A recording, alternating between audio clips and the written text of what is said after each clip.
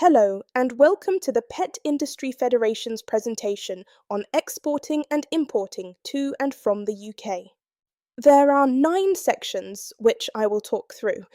Some of the slides are copy heavy, so I will give you time to read these through as we go through the presentation. This gives you a quick overview of the number of dogs and cats in the key markets. You will see the UK has suddenly jumped to 15 million dogs and 13 million cats. We don't think this is right. These are the latest figures from a recent pet population report. We think something is wrong with their methodology. However, what it does show is that unlike the EU, dogs dominate the UK market. The UK market. The headline here is scale. 57% of households own a pet, and the industry is worth nearly £9 billion.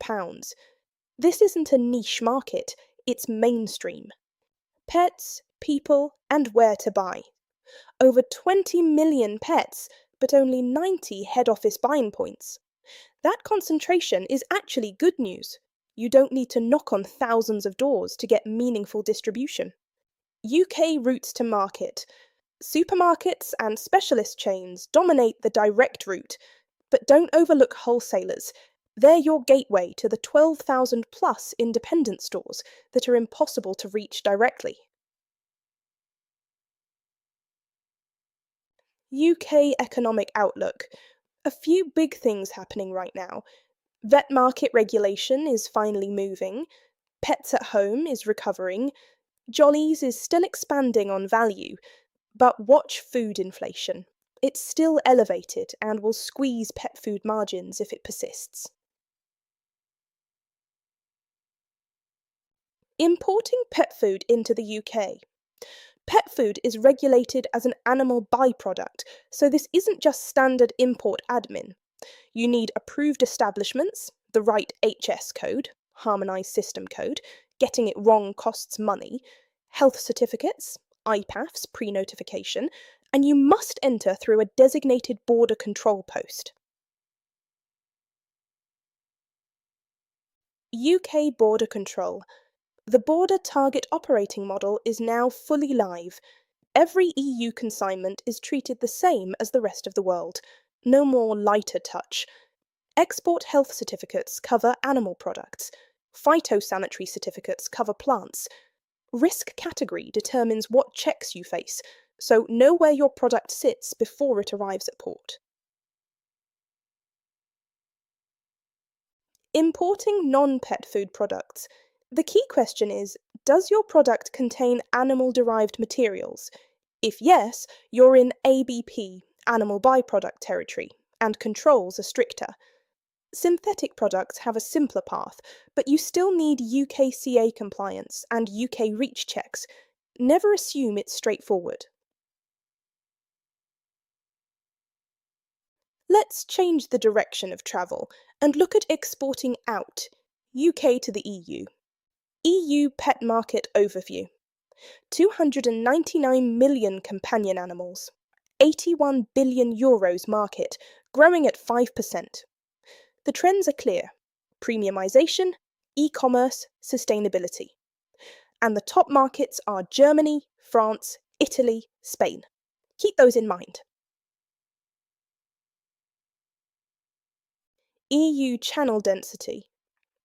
The EU has nearly 70,000 retail touchpoints across these key markets. 73% are independents.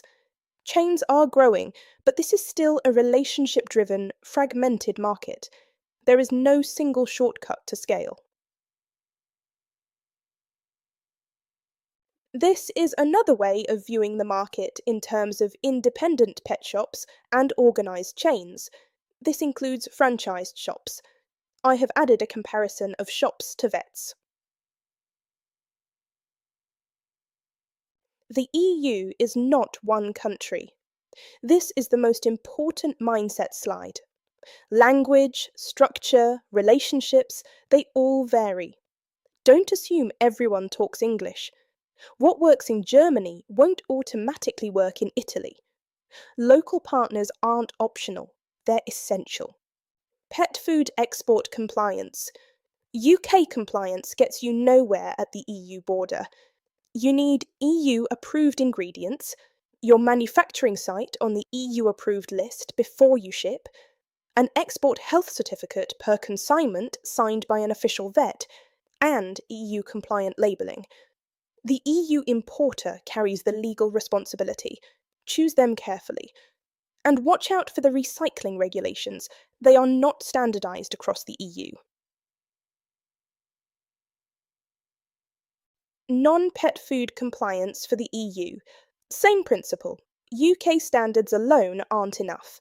CE marking where relevant, EU REACH, GPSR, and you must have an EU responsible person in place. Make sure you get the HS codes right. They determine your duties. UK EU SPS Agreement 2027. Good news on the horizon. The deal agreed in May 2025 should remove export health certificates and reduce border checks from mid-2027. For pet food, this means less friction and faster movement. But, and this is important, you still have to meet EU rules. Easier trade, not frictionless trade. So start preparing now. How to approach EU exporting. Summary. 5 steps. Classify your product, check compliance, get certified, appoint an EU partner, prepare your documents. The single biggest mistake is leaving establishment approvals and EHC processes too late. They can take weeks to complete. Are you ready to export? Pick one market, one channel, one partner. Prove it works before scaling. Germany, France, or the Netherlands are the logical starting points. Allow 12 to 18 months from first contact to meaningful listings, and register your trademark in the EU before you launch. Your UK registration doesn't cover you there. That's a whistle-stop tour. There is a lot more detail behind every one of those sections. You can contact the Pet Industry Federation at www.petfederation.co.uk. They have a lot more information and guidance for importers and exporters.